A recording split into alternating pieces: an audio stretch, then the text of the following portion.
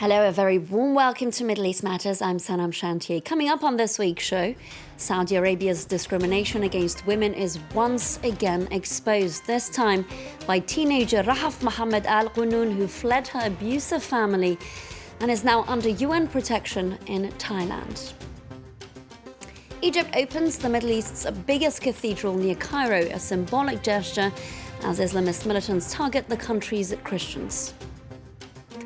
Also coming up, the second episode of animation TV series Flavors of Iraq by Franco-Iraqi journalist Furat Alani. Stay tuned for the Cowboy of Fallujah. We start this week's show with an 18-year-old Saudi woman who's been dubbed a fighter against a patriarchal society, a revolutionary. Rahaf Mohammed Al Qunun was held in Thailand as she tried to escape her abusive family while on holiday in Kuwait. She has since been sending out desperate pleas for help on social media and is finally reported to be receiving help from the UN Refugee Agency. A day after the Saudi asylum seekers' legal limbo began, a breakthrough, with Thai authorities saying they will allow Rahaf Al Qunun to enter the country for evaluation by the UN Refugee Agency. She is in trouble. If she goes back to her country, she faces danger. Now she has fled that danger. Thailand is ready to welcome her with open arms. Therefore, today I have allowed her into the country and put her in the care of the UNHCR. Rahaf immediately took to Twitter to welcome the return of her passport and to say she felt safe under the protection of the UNHCR, despite the arrival of her allegedly abusive father in the country. The Saudi woman's ordeal began on landing at Bangkok's Suvarnabhumi airport. It was meant to be just a simple transit stop on a journey from Kuwait to Australia, for which she had a valid visa. But when Thai authorities confiscated her passport, they said I have to go tomorrow. She took to social networks to ask for help. 18-year-old Al Qunun fled Kuwait during a holiday with her family. She says that back in Saudi Arabia, she's regularly beaten up by her brothers and was once locked in a room for 6 months for cutting her hair. I'm not leaving my room until Refusing to board a flight back to the Middle East, the Saudi runaway got in touch with a series of NGOs. Human Rights Watch, for one, welcomes the latest development in her case, but isn't celebrating yet. We're still being quite wary. I mean, we want to make sure that she is found to be a refugee and that she is protected and able to go to a place that is safe. We're dealing with Saudi Arabia. It's a very powerful, very influential government, and we don't want to take anything for granted. The Saudi embassy in Thailand has denied any involvement in the case. In Saudi Arabia, women can face punishment for a number of so-called moral crimes and can also be the target of honor killings.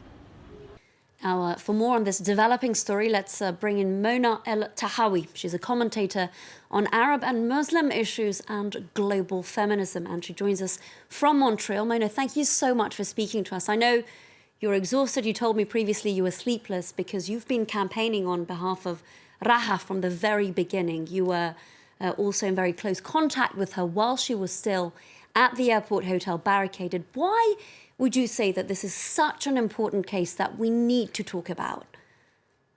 Well, first of all, Rahaf's personal situation is very urgent. She has said that she has left Islam, which is absolutely her right. I believe in freedom of faith and freedom from faith. But in many Muslim majority countries, such as Saudi Arabia, it's very dangerous to renounce Islam, and that could definitely endanger her life. In some Muslim majority countries, you face death, you face trial, or just simply ostracization, which is bad enough in and of itself. And then Rahaf has also said, and Human Rights Watch and other human rights groups have documented, that she was abused and beaten by her family. And for example, she was locked up, she said, in her room for 6 months simply for cutting her hair. And then also we have to put Rahaf's personal situation into the bigger picture. She's a microcosm of something that is much bigger and that we must pay attention to. And that is the situation for women in Saudi Arabia. And it is made particularly dire by an extreme form of patriarchy because of the guardianship laws. And these guardianship laws ensure that every Saudi woman and girl is rendered a perpetual minor from birth to death. I want to talk about Rahaf right now, and I want to know, because you said actually that Rahaf has started a revolution in Saudi Arabia. I want to know what you mean by that. I think, first of all, this incredible, courageous 18-year-old, I mean, the gumption, the wherewithal, the thinking, the revolutionary thinking, I deserve to be free. One of her earliest tweets, because Saudis on Twitter had alerted me to her tweets, and they were in Arabic, and Twitter's translation of Arabic is very bad. So I decided to go on and translate her tweets in English and connect them all in English to amplify her voice. And one of her tweets said, quite simply, but this is truly revolutionary. She said, I should be able to live freely, independently, and with dignity. And that, for me, is the heart of the revolution. Now, Mona, you've been talking about the fact that Rahaf has been paving the way for women in Saudi Arabia, but you've also been very vocal about this unprecedented crackdown on women activists in Saudi Arabia, some of whom have actually fought for the rights that the rest of the female population is now enjoying. Can you tell us what they're being subjected to as we speak?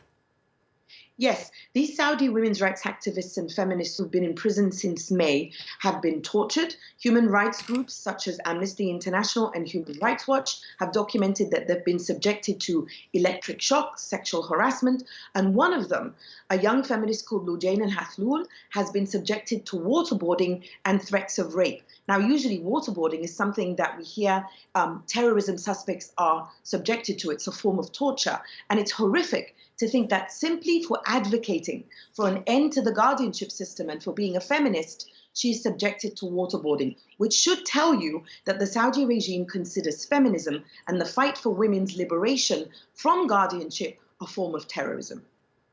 Mona Eltahawy, thank you so much for speaking to us here on Middle East Matters and for shedding light on this very important issue. Moving on, Egypt's President Abdel Fattah al-Sisi has inaugurated a sprawling new cathedral as well as a mega mosque in the new administrative capital east of Cairo. This in a symbolic message of tolerance in the predominantly Muslim nation. Clément Bonnereau has the story. On the eve of Christmas for Egypt's Copts, an intensely symbolic moment. The newly built Cathedral of Nativity held its first Mass under heavy security, a day after a policeman was killed trying to defuse a bomb outside a church. Flanked by the Coptic Pope, President Abdel Fattah al-Sisi struck a tone of unity. The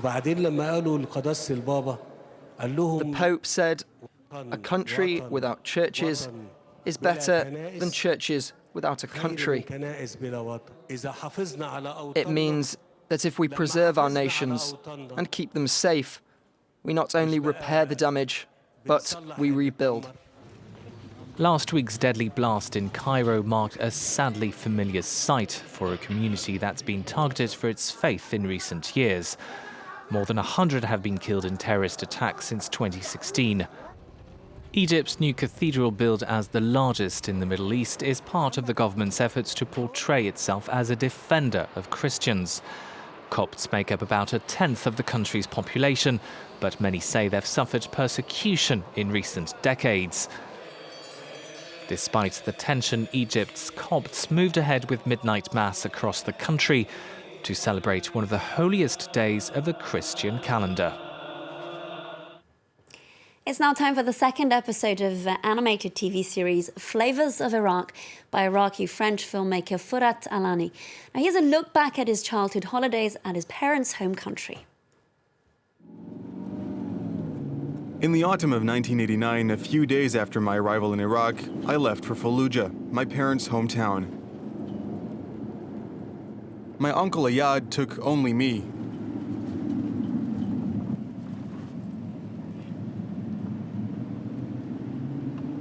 My sister, deemed too young, stayed in Baghdad with my mother. It felt like the countryside, a beautiful countryside.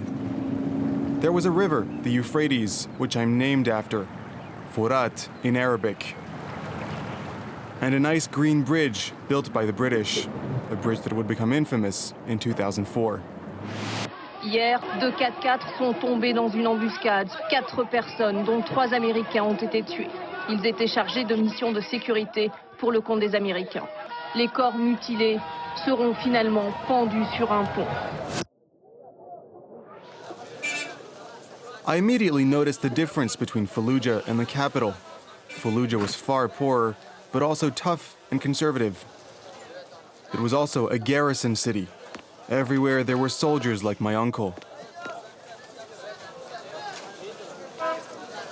I met my cousin Ahmed, who's 5 years older than me. His parents were too poor to send him to school.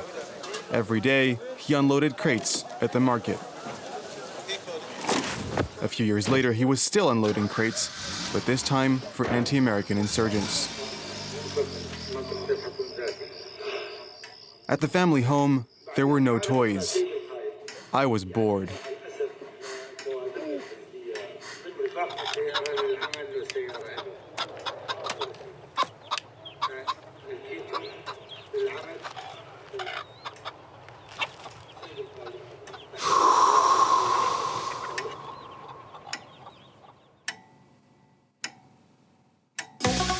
My uncle handed me his gun. It was brilliant. I slid it under my belt. I felt so proud, like a cowboy. It was the first time I handled a real gun. It was heavy. I spent the rest of the day playing with it. My uncle had another surprise.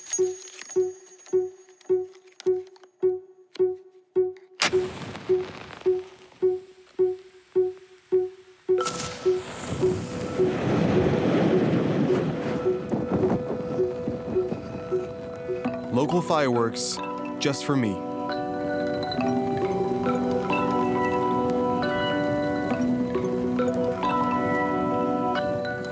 That night in Fallujah, bedtime smelled like gunpowder.